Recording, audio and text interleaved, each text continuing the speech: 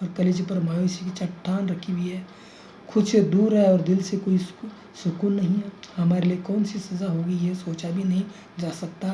खुदा की रहमत पर हमारा पूरा यकीन है, लेकिन हम अपने गुनाहों का बोझ कहाँ ले जाएं। अब हमने समंदर में अपनी किस्ती डाल दिए। खुदा हाफिज़।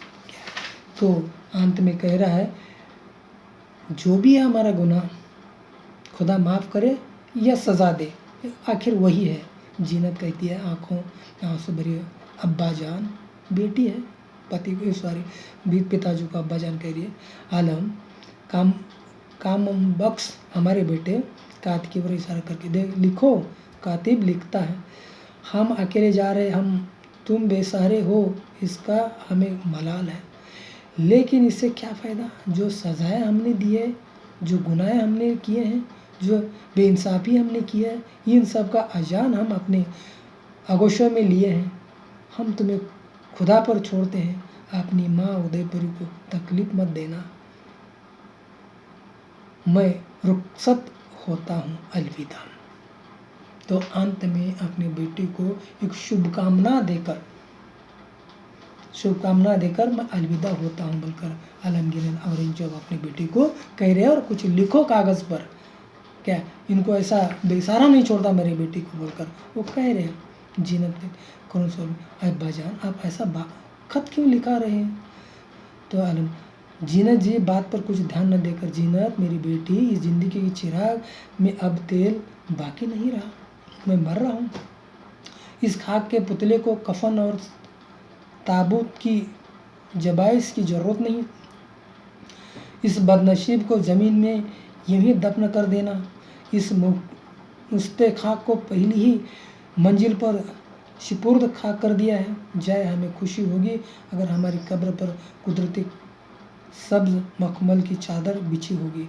कुछ देर रखकर अनजानी हमारे गुनाहों को बख्श दीजिए दारा शुजा मुराद। इसी समय 12 अल्लाह अकबर की ध्वनि में अजान होती है। आलमगीर ध्यान से सुनते हैं, उनके होठों में कुछ स्पंदन होता है। फिर एक झटके के साथ सिर उठाकर अजान आने की दिशा में नेपथ्य को देखते हैं। आलम कहता है, तब तस्बीह फेरते हुए नेपथ्य की ओर देखकर रुकते हुए तो स्पष्ट स्वर में अल्लाह हो अल्लाह, यानी अपनी नज़र सब तरफ ऐसा घुमाते हुए अल्लाह हो अल्लाह अकबर आवाज़ निकालते हैं। अकबर का अंतिम अंश बर होठों में ही रह जाता है और तकिए पर आलमगीर का सिर झटके से गिर जाता है। जीनत शीघ्रता से आलमगीर के सिर के समीप जाकर रुंधे हुए कंठ से आलम पनाह अब्बा जान पुकारती है। कोई जवाब नहीं मिलता।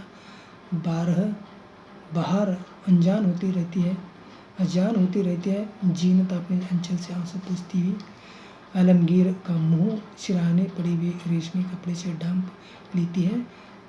कातिब घुटने टेक कर दोनों हथेलियां जोड़कर मन ही मन कुछ पढ़ने लगता है।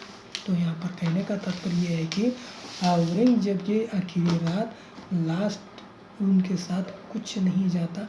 एक समाधान कारक, एक सुख दुख बांट लेने वाली उनकी बेटी है और बेटी को सब कुछ कहकर एक लेटर लिखकर क्या अंत में अल्लाह हो अकबर एक आवाज़ सुनता है और खुद भी कहना चाहता है अल्लाह हो अकबर नहीं कहा, उसकी जान चली जाती है। यानी कहने का तात्पर्य एक राजा भी हो, मरना सबको है, गरीब को भी मरना है, नैसर्गिक नियम है, अकबर राजा को भी मरना है।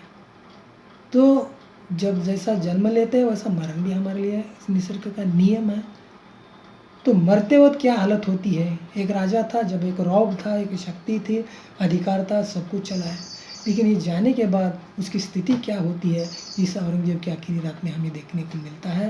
तो राजा हो या प्रजा हो, हमें किसी पर अन्याय नहीं करना चाहिए, जुल्म नहीं करना चाहिए। अगर जुल्म करते हैं तो उसका प्रतिफल हमें मिलते रहता है। यही क्या है, एकांकी में दिखाई देता है। विद्यार्थियों, अगर आपको कुछ ज़रूरी हो तो प्रश्न वगैरह हो तो पूछ सकते हैं। शायद मेरा आपके पास फ़ोन नंबर होगा, अगर नहीं है तो पूछ सकते हो। मेरा नाम दयानंद सुरवस है, सरकारी प्रथम दर्जे कॉलेज मागांव क्रॉस, तालुका जिला गुलबर्गा। हिंदी विषय में जो भी कुछ पूछना है तो पूछिए। BA सेकेंड सेम के विद्यार्थी आप अगर कुछ दिक्कत हो तो बताइए। सिलेबस तो आप कंप्लीट हो चुका है, पहले भी हुआ है, फिर भी दोबारा और रिवीजन ले रहा हूँ। क्या कई विद्यार्थी तो समाधानकारक लग रहे हैं, शायद मैं आशा करता हूँ परीक्षा में आप अच्छा अंक ले लेंगे। यही समाप्त करता हूँ। Okay bye.